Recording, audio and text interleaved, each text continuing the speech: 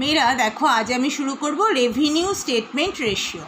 আমি তোমাদের আগেও আলোচনা করেছি যে মানে সোর্স ওয়াইজ রেশিও তো একটা ব্যালেন্স শিট রেশিও হয়, যেখানে আমি সব ফিগার ব্যালেন্স শিট থেকে পেয়েছি। এটা হচ্ছে রেভিনিউ স্টেটমেন্ট রেশিও, তার মানে সব ফিগার আমরা ট্রেডিং আর পিএল অ্যাকাউন্ট থেকে পাচ্ছি, trading and profit and loss account থেকে পাচ্ছি। তো সেখানে আমাকে gross profit ratio, operating ratio, operating profit ratio, net profit ratio বার করতে হবে। তার জন্য আমাদের কিছু টার্মস কিন্তু জানতে হবে। যাই হোক, এইগুলো ফিগার সবই দেখো, opening stock, purchase, closing stock, wages, কিছু এই সমস্ত ফিগার দেওয়া আছে। এবার তাহলে আমাকে যখন gross profit ratio, operating cost ratio, operating profit ratio সেগুলো করার জন্য আমাদের কিছু কিছু জিনিস আগে বার করে নিতে হবে ওয়ার্কিংসে, সেটা আমি বার করছি। দেখো, কস্ট অফ গুডস সোল্ড আমাদের বার করতে হবে, কারণ কস্ট অফ গুডস সোল্ডটা আমাদের লাগবে কাজে ফর্মুলাতে। আমি তোমাদের কিন্তু প্রথম দিনই সমস্ত ফর্মুলাগুলো দিয়ে দিয়েছি, gross profit, net profit, operating profit ratio, operating cost ratio সব কিছু দিয়েছি। তো যাই হোক, দেখো এখন আবার অঙ্ক করলে বুঝতে পারবে। তো কস্ট অফ গুডস সোল্ডের ফর্মুলাটা হচ্ছে opening stock plus purchase plus wages minus closing stock. এখানে আমার সব ভ্যালুগুলো কিন্তু দেওয়া আছে।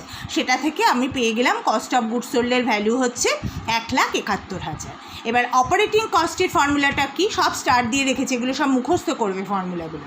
অপারেটিং কস্টের ফর্মুলাটা কি, অপারেটিং কস্ট হচ্ছে কি cost of goods sold plus operating expenses. Operating expenses কি, অপারেটিং এক্সপেন্সেস হচ্ছে, যেমন ধরো তোমার অপারেটিং এক্সপেন্সেস কাকে বলে এগুলো আমি তোমাদের সব বলে দিচ্ছি। যে অপারেটিং এক্সপেন্সেস হচ্ছে যে ডাইরেক্ট এক্সপেন্সেসগুলো বাদ দিয়ে আর যে বাকি এক্সপেন্সেসগুলো লাগে একটা সাধারণ ব্যবসার কার্যকলাপ করতে, সেগুলো যেমন ধরো office and administrative expenses, selling expenses, এগুলো। অপারেটিং কস্ট করতে তাহলে কীভাবে বেরোবে, cost of goods sold plus operating expenses. তো কস্ট অফ গুডস সোল্ডের ভ্যালু তো আমরা জেনেছি। আর অপারেটিং এক্সপেন্সেসের মধ্যে তাহলে কী কী আছে, selling and distribution expense, selling expenses and office and administration expenses করে আমি পেয়ে গেলাম অপারেটিং কস্ট।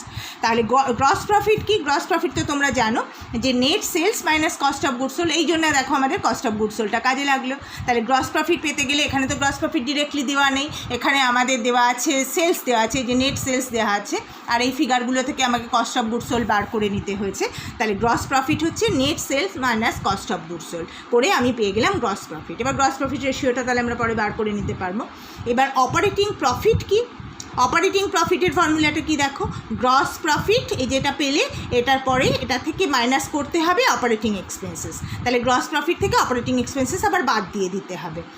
তো তাহলে গ্রস প্রফিট থেকে অপারেটিং এক্সপেন্সেস কি, যে আমরা যেগুলো অপারেটিং এক্সপেন্সেস যোগ করেছিলাম দেখো, সেগুলো এবার এখানে বাদ যাবে।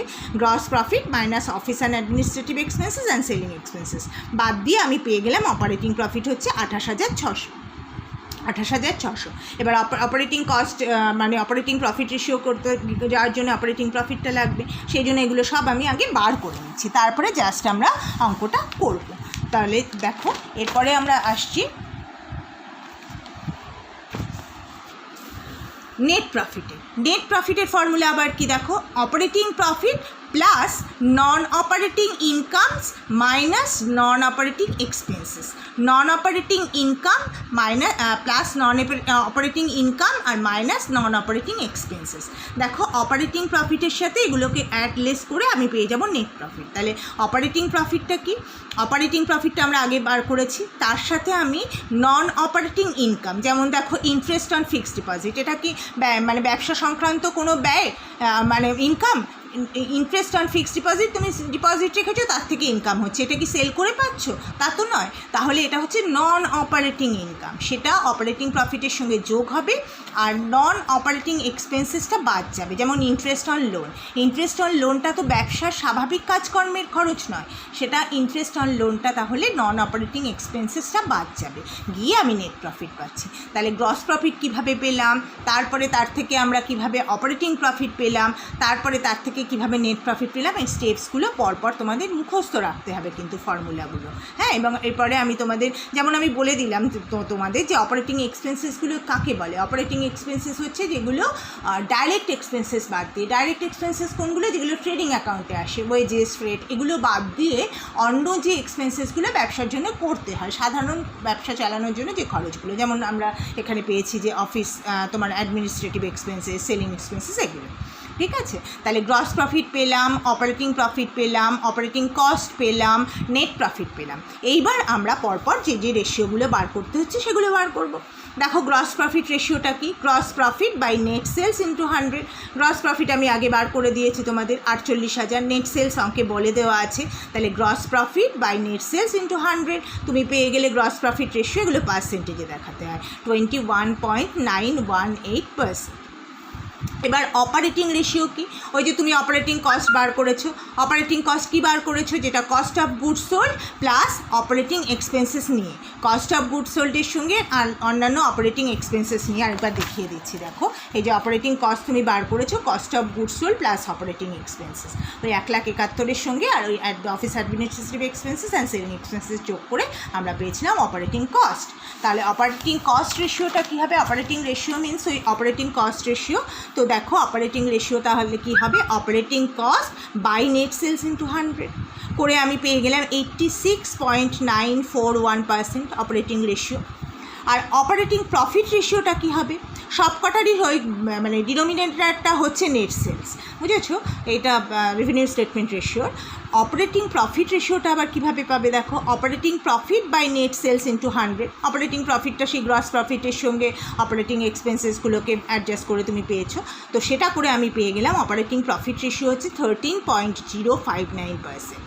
আবার অপারেটিং প্রফিট রেশিও বার করার আরও একটা উপায় আছে কিন্তু, সেটা হচ্ছে 100% থেকে অপারেটিং রেশিওটা বাদ দিলেও কিন্তু তুমি অপারেটিং প্রফিট পাবে, অপারেটিং প্রফিট রেশিওটা পাবে। দেখো অপারেটিং কস্ট রেশিওটা কী আছে, 86.941%, আর অপারেটিং 100 থেকে সেই অপারেটিং রেশিওটা বাদ দিলেও কিন্তু তুমি অপারেটিং প্রফিট, মানে কস্ট আর প্রফিট মিলিয়ে টোটাল 100%, সেখান থেকে যদি কস্ট রেশিওটা বাদ দিয়ে দাও তাহলে তুমি প্রফিট রেশিওটা পাও। দেখো এটা আর এটা মিলে গেল।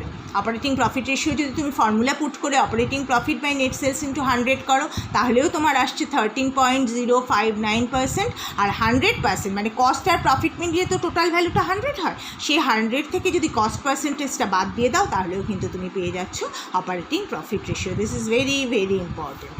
হ্যাঁ, আর একটা হচ্ছে নেট প্রফিট রেশিও, সেখানে তুমি নেট প্রফিট বার করেছো, net profit by net sales into 100 11%।